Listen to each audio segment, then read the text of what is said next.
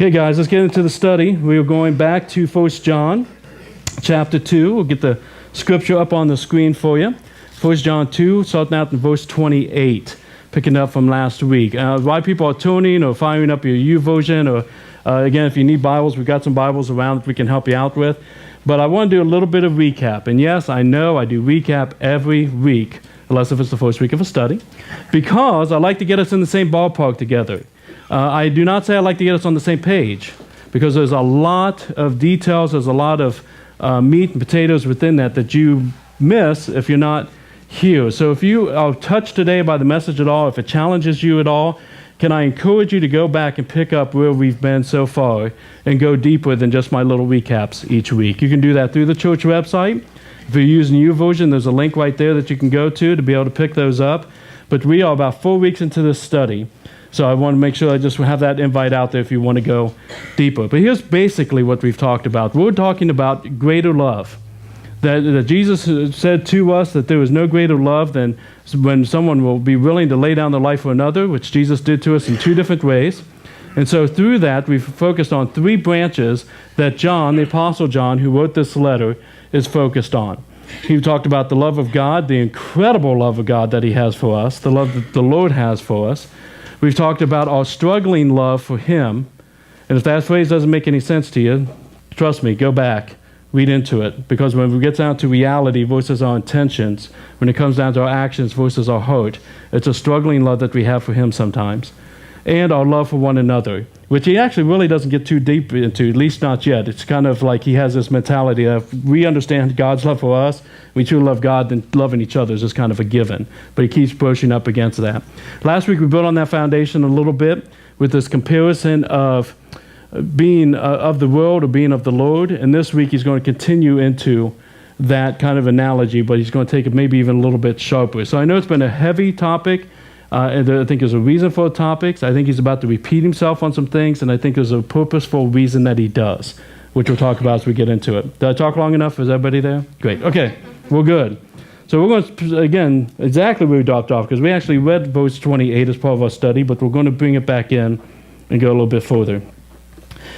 Chapter 2, 1 John 28 says, "And now, little children, abide in him, so that when he appears, we may have confidence and not shrink back from him in shame at his coming. If you know that he is righteous, you may be sure that everyone who practices righteousness has been born of him." One of the things I like about John's writing, he packs a whole lot of information into a very small amount of space. Just in these 2 verses, basically what he does, at least from my vantage point, as I was going through the study this week, is restates the Great Commission, not as a job, but he personalizes it. Again, if you've been coming here very long at all, if you read the Bible hardly at all, you know we've got a job. If we've accepted Jesus as leader and forgiven our lives, then we have a job to take and lead others to the Lord, baptize them, and disciple one another, to grow to be more like Christ in our lives. That's our mission. And it's important for us to bring that up often, because about as often as we bring it up is about how often we should be stopping and going, okay, my daily life, the way I'm handling my family, the way I'm handling my friends, the way I'm handling my relationships, am I doing the Great Commission? That's our calling. That is that's just what we should be focused on. Now, there's other things in life too, and those are all good things. They build, but this is my mission. This is what Christ has called me to. Am I matching up to that? John kind of turns it the other way and says, make sure you've been led to the Lord. Make sure that you're growing in the Lord. Make sure you're abiding in the Lord. The first verse in 28, he's talking about abiding into the Lord. I can't abide in the Lord if I don't know him, right? Make sure that you've come to the Lord. That, again, according to the scripture, and I'm going to go slow on this because we say it every week, and I never want to take it for granted. I never want to get glib with it. When you accept Jesus as leader and forgiver in your life, by acknowledging in your mouth that he is the Son of God, and believing in your heart that he died and rose again for you, it changes everything, and you are saved. And when I say it changes everything, it means it can't be a head knowledge. It can't be just something I believe. It's got to be something. If I believe he's the Son of God, if I believe there's a God, that changes everything. There's a God who created me, has a purpose for me, that is mindful of me, that loves me, that changes everything. I can't go throughout my day blowing him off, just picking him up on Sunday mornings, right? I mean, that's everything. And if he died and rose again for me and I'm forgiven from all the muck and the junk that I've done, changes everything. I think I want to follow that guy, right? That is what he's, make sure you get in there, make sure you have that, but then make sure you abide in that, because we can easily be pulled back. We can easily be pulled out of that. So make sure you abide in him and make sure that you're pursuing righteousness. That's that discipleship, that I'm growing in that. That I'm growing through his community, through his word, through his instruction, through the Holy Spirit's lead, that I'm going to be more and more like Christ. That's the Great Commission for Tom. That's the Great Commission for you. And again, it's like, okay, he's kind of talked about that, though. Again, we talk about that every week. Can we move on to something else, please? John says no. You get to talk about this stuff again. Because one of the things that John understands about us is that we need repetition sometimes in our lives to get it. We absolutely need repetition to get it. Either because we make a decision for the Lord and the enemy comes back and he gains ground again, so we need to hit it again. Or because the first time and the second time and the third time and the fourth time and the 20th time that he tried to reach you on something, you keep putting up these walls and going, well, it's really not that bad, or Tom's just kind of making it bigger than what it is. And he keeps coming against this wall trying to get through to them, saying, I want freedom for you. I want freedom for you. And so sometimes it takes repetition. How many of you guys, it's an older movie, but it's pretty popular, Good Will Hunting? Yeah? Yeah? Okay. So you guys most, hopefully I don't give away a pivotal scene. If you haven't seen it yet, it's kind of your own fault. It's been like 20 years. And I probably should have learned the characters' names so I could explain it well. But the basic gist of Good Will Hunting is that there's a character played by Matt Damon who is just a genius. Just a genius, like a prodigy type genius. But he also has a very rough background. There was, from kind of a poverty situation, kind of slum area side of town, a lot of physical and emotional abuse from one of his parents. And through that, he's kind of picked a rougher path. And through that rougher path, he actually got mandated that he had to go to counseling to work through those things. That was just part of the sentence. And so he started seeing a counselor played by the late, great Robin Williams, and who's taking and working with him. And it gets to this point, the relationship is pretty rough. If you've seen the movie, you remember that. But the pivotal scene is when Robin Williams and Matt Damon's in the office, and they've got his file, Matt Damon's file in his hands. And then it has all the police reports, all the medical records, all the pictures of the abuse that he went through. And Matt Damon's character is he's not trying to get away from the conversation, but he's kind of hard about the conversation and working through that, the conversation they're having. And at one point in this, if you remember, Robin Williams' character looks at him and goes, when it comes to this, it's not your fault. You remember that? And Matt Damon's character's like, oh yeah, no, I know that. And he's like, no, it's not your fault. And about 9 times, over and over again, he keeps saying, it's not your fault. And the interesting part within that scene is not that he keeps saying it over and over, but how Matt Damon's character is responding. Because he goes from kind of pushing it off like, yep, I've heard that a million times. I was a kid, they were a parent. Maybe some of you guys have been in that boat and you need to hear that today. It wasn't my fault, I get it. But as he continues to repeat it, he moves to kind of being curious why he keeps saying it over and over again. As it starts getting a little bit closer, moves into anger to the point that he's shoving him to get him away because he's getting too close to the pain and the hurt, till finally he falls into his arms just weeping, knowing it's not his fault. What he went through was not his fault. He didn't have to keep punishing himself. And long before Hollywood knew this truth, John knew this truth. And I know that we've had some great response times over the last several weeks, and people coming forward and people crying and praying together and having testimonies and meetings throughout the week. But I also know that Satan's come back on some of those things on you. I get that. I've been there too. And I know that some of us have sat in our seat fighting against the Spirit instead of receiving what he had for us. And John says, let's go through this again. Let's make sure we get this. Let's talk about the love, the incredible love God has for you, and our struggling love for him. Which leads us into chapter 3. Verse 1 says this, see what kind of love the Father has given to us, that we shall be called the children of God. And so we are. The reason why the world does not know us is that it did not know him. Beloved, we are God's children now. That part I'm rereading. Beloved, you who he loves dearly, you are God's child now. And what will be has not yet appeared. But we know that when he appears, we shall be like him, because we shall see him as he is. And everyone who thus hopes in him purifies himself as he is pure. I love this paragraph for multiple reasons. I mean, I love being a child of God. I think we throw around those phrases of brother, sister, children of God so much that it loses its meaning of just how awesome that is, that you are a child of God. And the other reason I like it is because it really is bringing us to adoption. That while we rejected him, he is willing to adopt us back to the point that he paid all the price and everything else. And I love adoption. I love adoption spiritually and physically. Now, if you've been here for a while, you're like, oh crap, he's probably going to talk about his kids. Yes, I am. I am. I know you guys have heard this, a few of you sometimes before, but I actually went back and it's been 2 years since I talked about my kids from stage in this manner, so I'm going to do it again. Because adoption has been a huge part of our lives.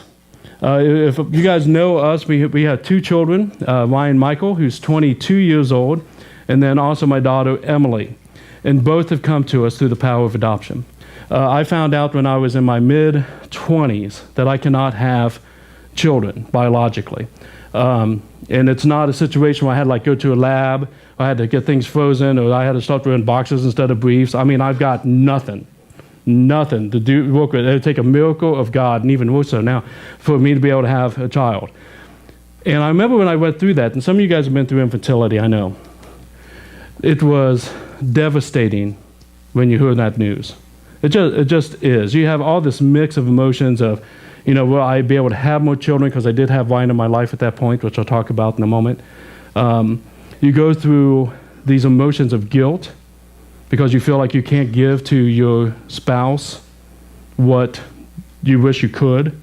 And you go through those emotions. You go through shame.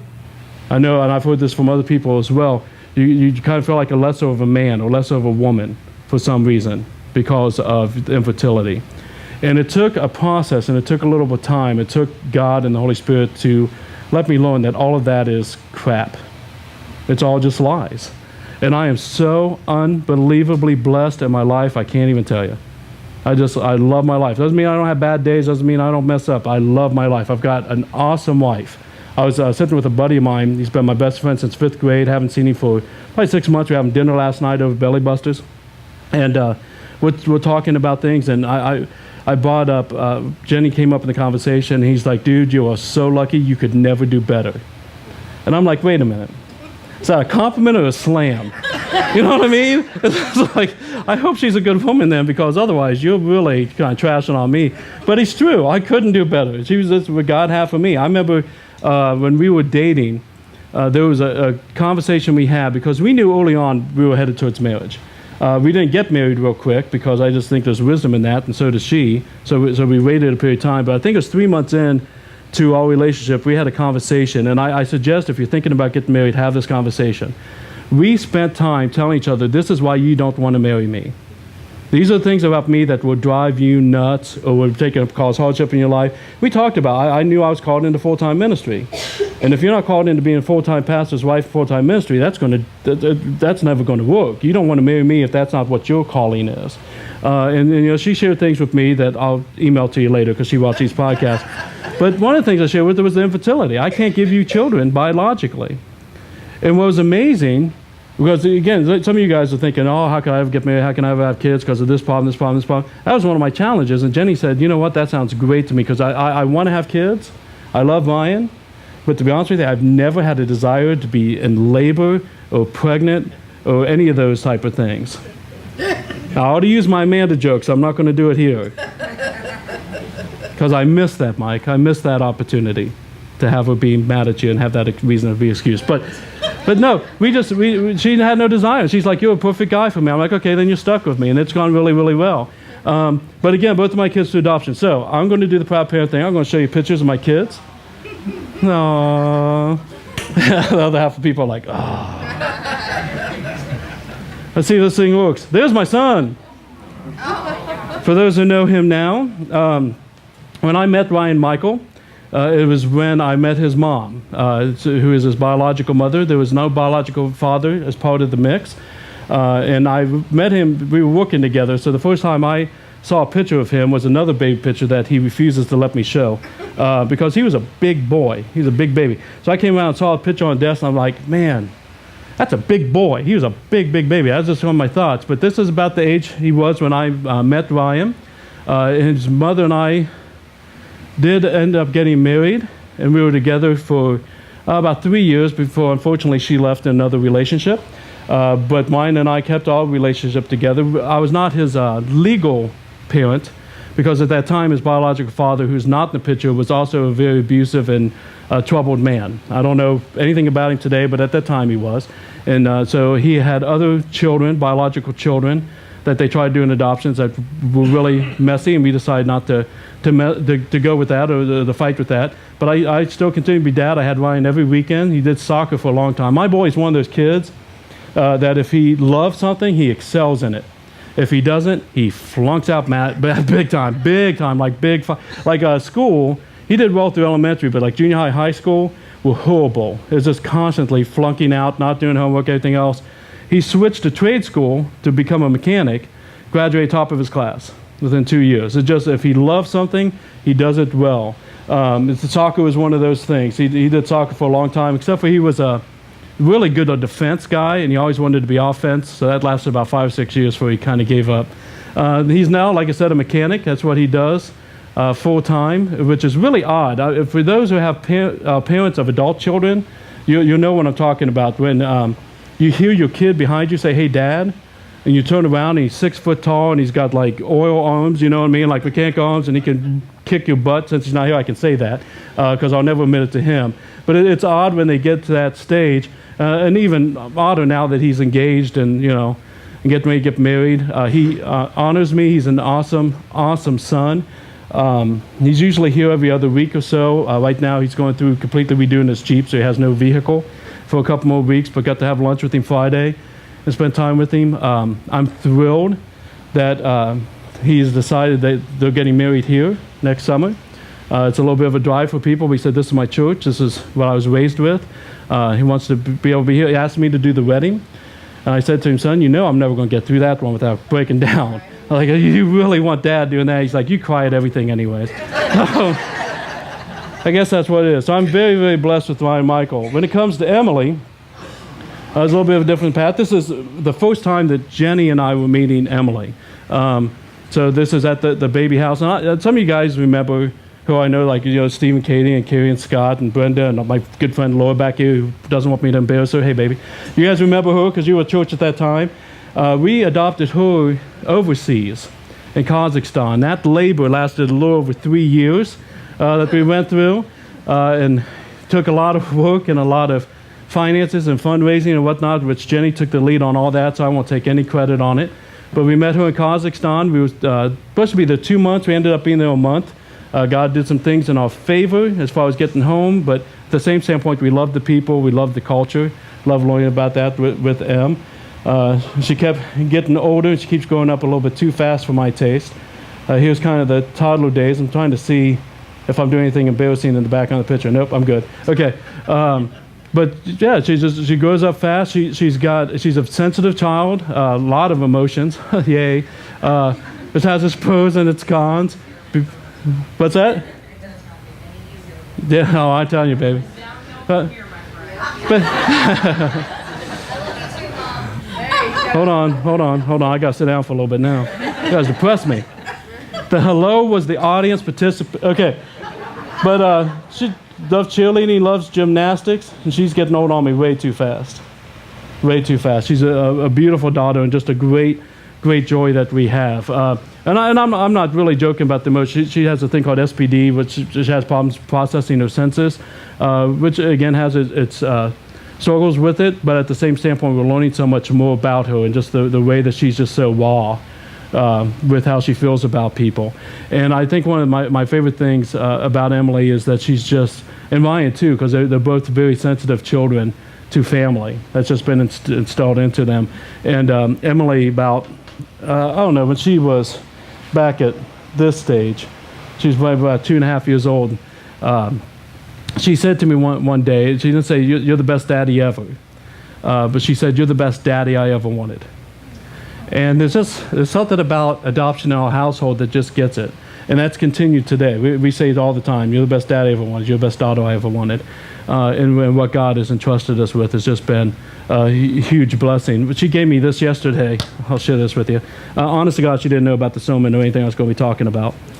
But she likes to make stuff and bring things. Let me do this so you're not just staring at my kid the entire sermon because I forgot to go back. Okay.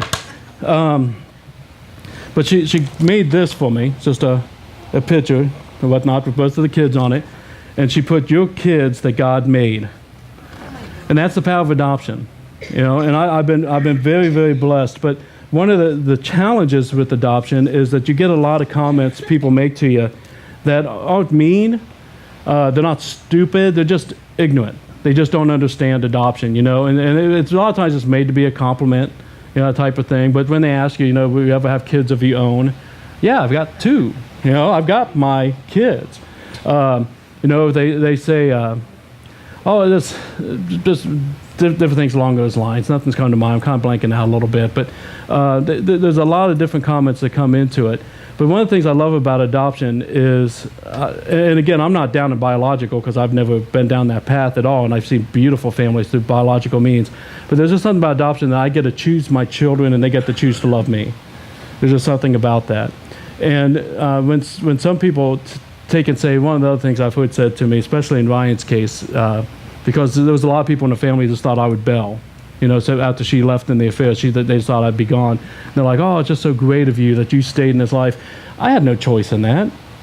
My heart dictated for me to be in his life. That's my child. I mean, like, it's just like, I don't think you understand that depth that's there. It's the same way with your biological children. If something horrible happened in your family, it's not like you're like, oh, well, I guess I'll just start over. Those are your children. And the thing I've learned about that through all this is the pride that I have and the love I have and the experiences I have with these beautiful children that God's entrusted us with is the same love. No, it's not. It's a love that is a fraction of his love for me. It's a fraction of the love that he has for you. The pride that's there, the intensity of wanting to make sure you're okay, the intensity of wanting the best for you, the intensity of wanting you to have his name, the intensity of him wanting you to have freedom, the intensity of him wanting to take all the resources he has to bless you with is much more than I could ever have for my children, that you could ever have for your children. And so as he's talking about this, taking and saying, yes, have his relationship with him, abide with him, but understand his love for you is incredible, that he's chose you, that in his mind, you're the best child he ever wanted. And he is the best daddy that you've ever wanted. And he wants that relationship with you. He wants that freedom for you. He wants that righteousness for you, which is where he digs into a little bit more. Let's continue reading into this, off of that love. He really goes into the struggling love that we have of our Father sometimes. Verse 4 says, everyone who makes a practice of sinning also practices lawlessness. Sin is lawlessness. You know that he appeared in order to take away sins, and in him there is no sin. No one who abides in him keeps on sinning. No one who keeps on sinning has either seen him or known him. Little children, let no one deceive you. Whoever practices righteousness is righteous as he is righteous. Whoever makes a practice of sinning is of the devil, for the devil has been sinning from the beginning. The reason the Son of God appears was to destroy the works of the devil. No one born of God makes a practice of sinning, for God's seed abides in him, and he cannot keep on sinning because he has been born of God. By this it is evident who are the children of God, and who are the children of the devil. Whoever does not practice righteousness is not of God, nor is the one who does not love his brother. So again, he kind of gets that last little plug line in there as far as loving others. But the big part of this particular verse is very clear. It's very much like this last section we had last week. He sets up 2 different truths that many times we try to live in between, and he's reminding us that's not reality. He says, look, you can either be of Jesus, you can be of Jesus, you can live by righteousness, or you can be of Satan, which means practicing sin. And a lot of times we go, well, I'm of God because I love God and I give my life to God. And yeah, there's this area that I'm doing, this area I'm doing, but I love God and he's got most of it over here. He's saying, look, it's one or the other. You're either pursuing righteousness or you're practicing sin. It's one or the other. And that is what determines, because, a lot of times when we get in our mindfulness, we're like, okay, they dress the right way, they've got the right kind of finances, they love their kids, or at every soccer game, and they're at, all the different events they've got, and they go to church every Sunday, they must be of God. And this lady over here, she's got tattoos, or this guy's got piercings, and they wear black clothes, and they hang out at the bar, they must be of Satan. That's not what John uses at all as far as the gauge. If you're pursuing righteousness, or you're practicing sin. Now, the practicing sin is key. So if you remember, we talked about this a few weeks ago, that to me, there's a difference between living in sin and struggling with sin. We all struggle with sin. All of us struggle with sin. So that means when we mess up, and it's convicted on our heart that we're messing up, that it breaks our heart, leads us to the cross, leads us to the Lord, to get His grace, to get His mercy, because He is the loving Father, get that forgiveness, and move forward in freedom, whatever it takes. It's that Galatians 5:1 mentality. He's given us freedom. That's the reason He died. He rose again, was for us to have freedom, and don't let Satan take it back. Stand firm then. Do the things it takes to be able to keep that freedom. And so sometimes that's just a forgiveness and moving on. Sometimes that's a forgiveness and getting an accountability partner to help you. Sometimes that's a forgiveness and you have to change your environment because that keeps leading you back into that sin. Sometimes that's, whatever it takes, stand firm then and get that freedom. The difference is with living in sin is, yes, I've got this sin in my life, but I'm going to kind of keep it there. And we don't say it that way. We think it's bad, and it happens again, and we go, oops, I did it again. And that's all the more our heart really feels about. It's like, okay, God, forgive me again. At least the last couple more days. But it doesn't grieve us. That is a danger sign that you might be on the area of living in sin. Or if you say, well, it's just part of who I am. I know that it's wrong when I blow up at people and I cuss people out. I know it's wrong, but it's part of who I am. The anger is just part of my DNA. My mom was angry. My grandma was angry. I'm angry. I've tried to work on it. This is just who I am. You're really saying this is who I am in my sinfulness, and you're really in a dangerous spot of maybe practicing sin instead of pursuing righteousness. Or if it's, God, give God all this, and this, but this one little thing, that's kind of my release, then you're in a place that you might be leaning towards practicing sin. Well, you don't understand. I've been doing this for so many years now. For me to get out of this sin, I'd have to change my friends, or I'd have to change my job, or I'd have to move, or I'd have to, give up some finances, or whatever the case may be, that it would be hard. If that's your reason to stay within sin, you're in a really dangerous spot. This is not Tom being a jerk. This is John illuminating us. Just like Scott does with the light back is John saying, look, you're either pursuing righteousness or you're practicing sin. Doesn't mean you're perfect over here. You're just still driving forward. Don't stop within the sin. Can you see how it's kind of like that Febreze thing that we talked about last week? We have that one or two sins in our lives, or we come up with reasons to stay in it, or think it's not that big of a deal. Or why does Tom harp on this kind of stuff? Or why do other people harp on me on this kind of stuff? Because he is repeating this over and over. I want you to have freedom. I want you to have freedom. I want you to have freedom. I want you to have the life that I designed for you. I want you over here. Think of it this way. Let's say, most of the adoption stories I've heard have been unbelievably positive, but I have heard a few that have gone bad. Usually in the area that the parents adopted the child, chose to love the child, and somewhere along the line, the child decided to rebel or reject the parents. And that's a very tough place to be, just like with biological children. Just the exact same way. There's no real difference. But I've seen that. Where the adult chooses the child and the child decides not back. That should say something to us spiritually. But let's say I adopted a child and things are going well, and they go to college. We're helping them out go to college. We want them to have that knowledge, and we want to be able to put our resources towards the child and support the child. But the child goes to school and does extremely well when it comes to academics, gets a job, is being responsible, hitting the dean's list, things are going well, makes a lot of friends, very popular, but then starts hanging out in an environment that they start becoming a crackhead. Or they start becoming dependent on alcohol to relax and all that mix, and they start struggling with alcoholism. Or they take and start sleeping around all over the college. What does the parent do? The parent's going to show up and say, hey, I'm concerned about you. I want better for you.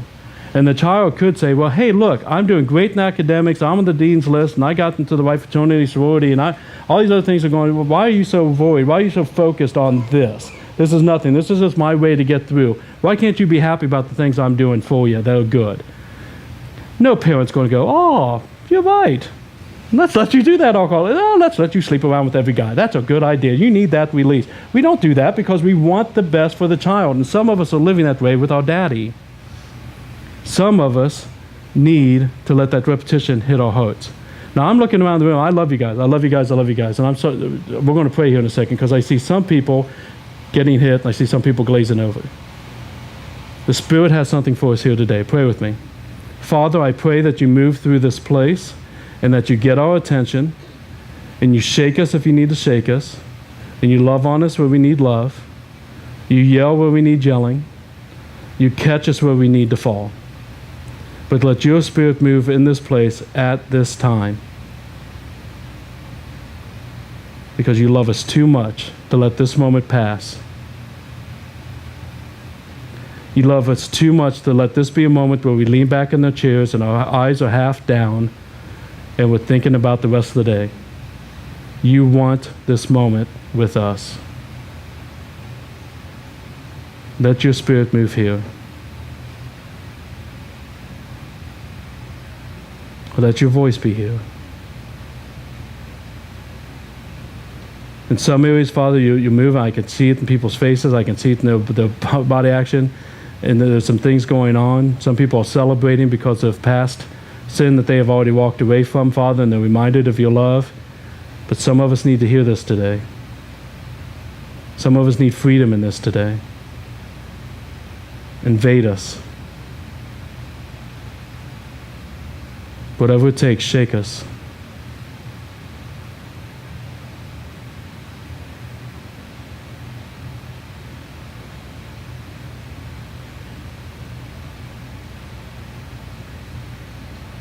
Right now, while we're still in prayer, will you do me a favor and let's just go to some time with the Lord? I don't even think I'm supposed to continue talking right now.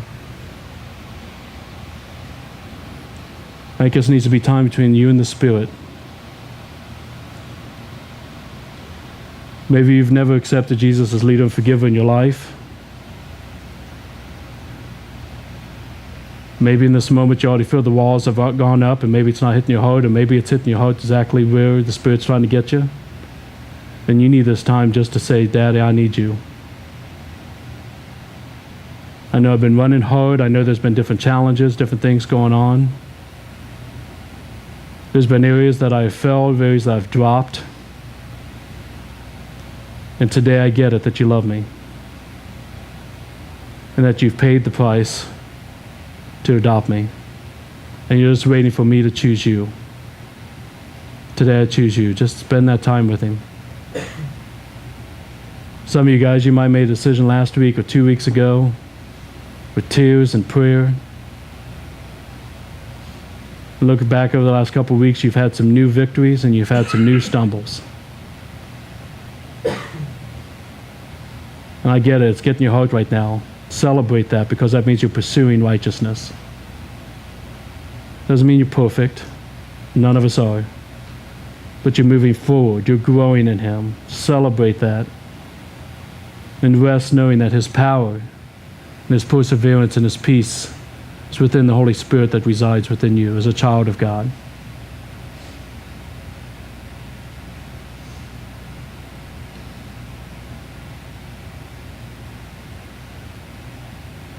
For others, maybe you just need to celebrate today because of all the freedom he's given you off of where you were last month or last year or 3 years ago.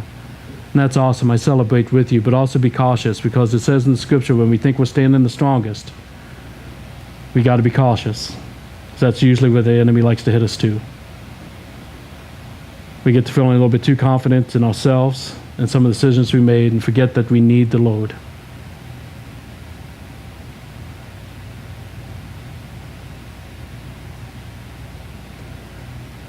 For some of us, I think the Spirit's pointing out today maybe an area of sin that's been in our lives and we have excused it away. But we looked at the challenge of that sin instead of the benefit of the freedom. And got to the point that we think that we just can't have victory in that area. Or making that change would be too hard. Declare this morning that you are a child of the risen King. And he's ready to pour himself out in that area if you'll give it to him. When we die to ourselves, it just means more room for his life.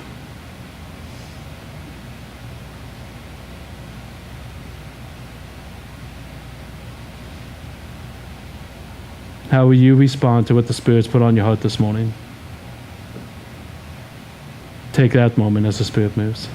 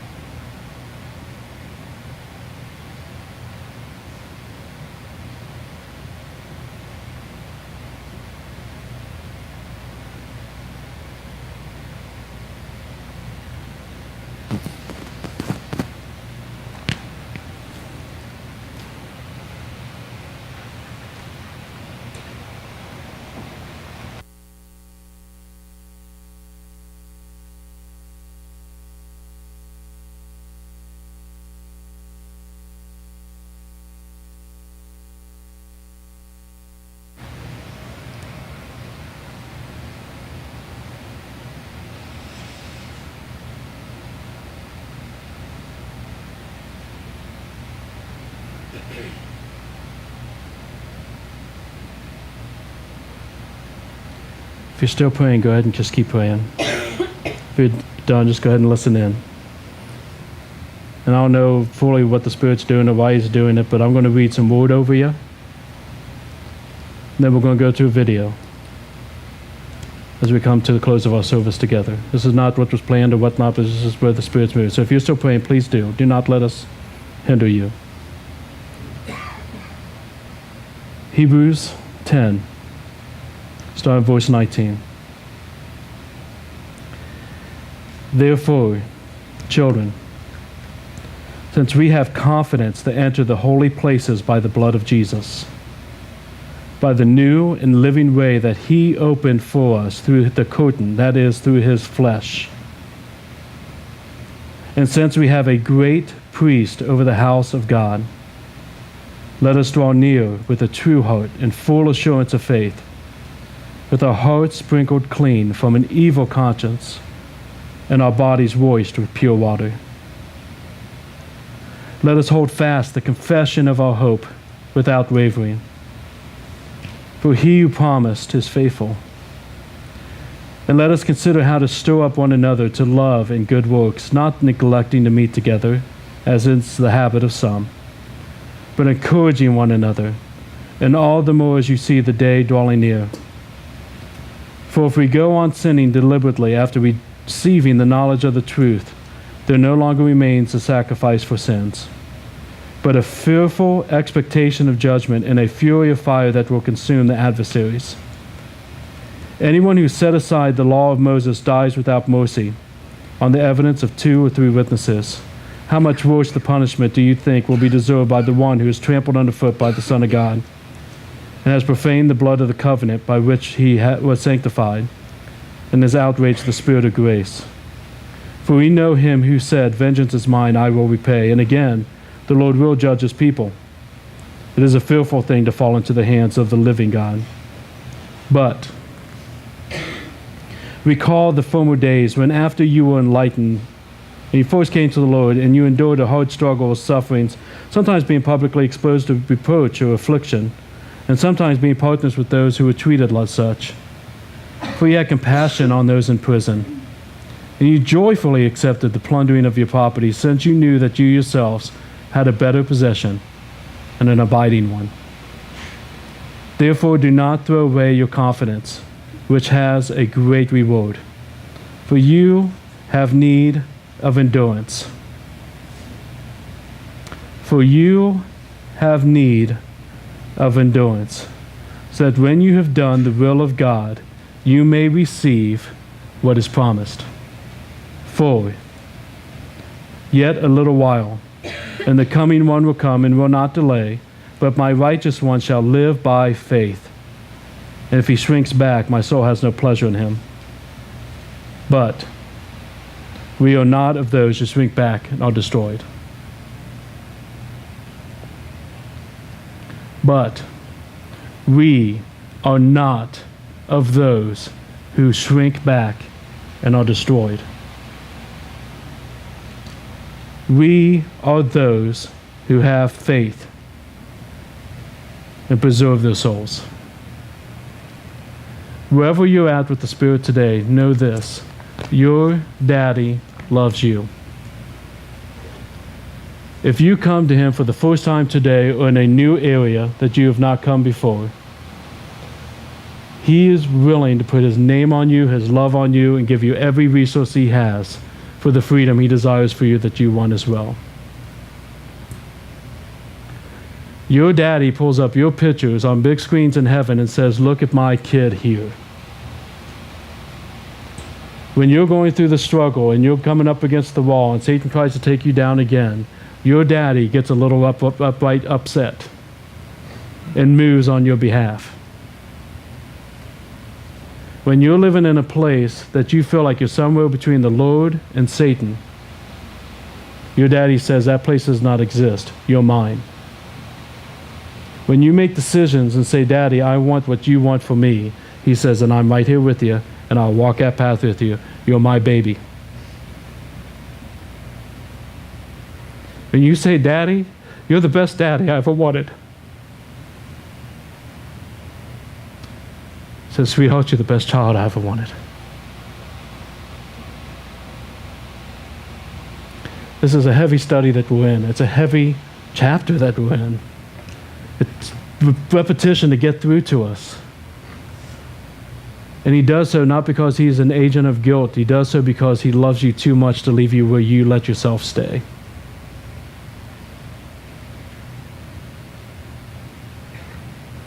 Don't walk out of here knocked down. The only way that you walk out of here knocked down is if you did not grab him today and let him pick you up. It's the only way you walk out of here. Walk out of here with celebration. Walk out of here with family. Walk out of here with new freedom. Dear Heavenly Father, I just love you.